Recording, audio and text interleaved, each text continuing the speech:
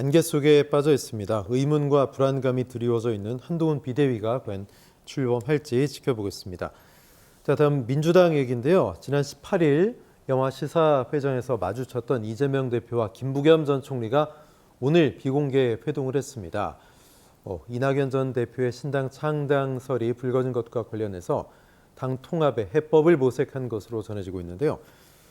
자, 김홍국 이사장님, 어떤 얘기들이 좀 나왔을까요? 일단 두 분이 다 화합이 된 얘기를 했고요. 특히 김부겸 전 총리는 더욱더 적극적으로 당 화합에 나서달라라는 얘기를 했고, 이재명 대표도 화합 얘기를 모색하겠다. 사실은 이 만남 자체도 그렇지 않습니까? 네. 그리고 이 자리에서 모든 게 다 얘기될 수는 없는 거고요. 이제 정세균 전 총리와의 만남도 있고 또 이낙연 전 대표와의 만남도 있을 수 있지 않습니까? 그런 과정을 통해서 민주당에서 다양한 현 상황에 대한 의견들이 이 조합이 되고 서로 간에 화합이 될 텐데, 그러나 그 과정이 좀 험난해 보입니다. 왜냐하면 이낙연 전 대표가 너무 멀리 나가버리셨어요. 신당 창당 뭐 시점까지 얘기 나오고, 그런데 약간 또 후퇴하는 모습까지 보이고 있습니다.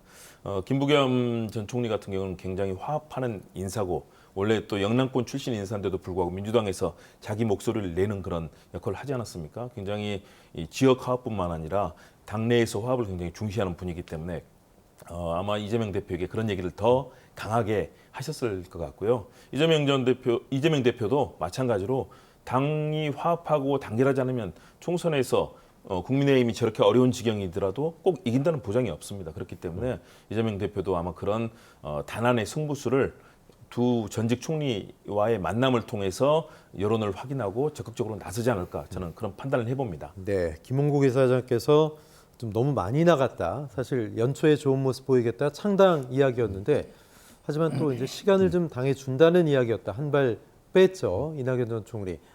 그런데 어제로 예정됐던 한 지역 방송 인터뷰를 일단 미뤘습니다. 이재명 대표와 김부겸 전 총리가 어떻게 얘기하는지 좀 보고 얘기하겠다, 이런 겁니까? 어떻게 볼까요? 뭐 이제 그거보다는 당 내에서 지금 전반적으로 네, 그러니까 만류하는 기류가 좀 강하잖아요. 그렇죠.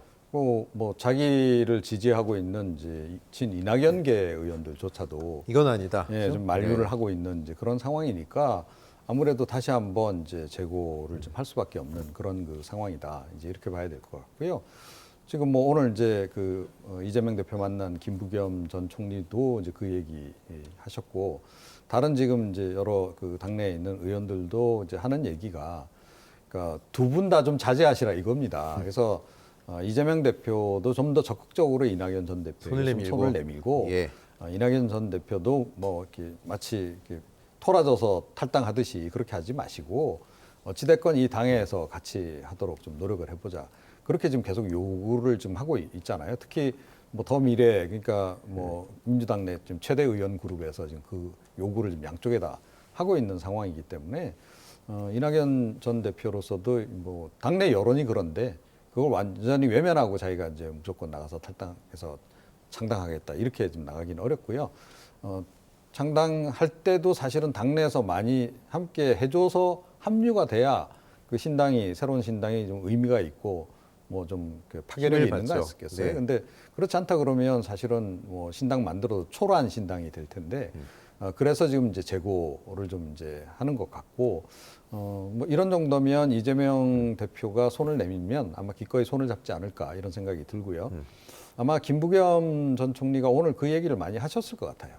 그러니까 이낙연 전 대표하고도 좀 손을 잡고, 그리고 지금 뭐 약간 비명계 쪽에서 벌써 이제 불만이 막 이제 고조되고 있는 이른바 친명공천 관련해서도 지금 뭐 부적격 판정이 하나둘 나오고 있잖아요, 네, 벌써. 그래서 네. 이제 벌써 이제 그 소문이 상당히 흉흉합니다. 네네. 비명계들 사이에서. 그래서 아마 그 탕평 공천을 요구했을 가능성이 굉장히 높다.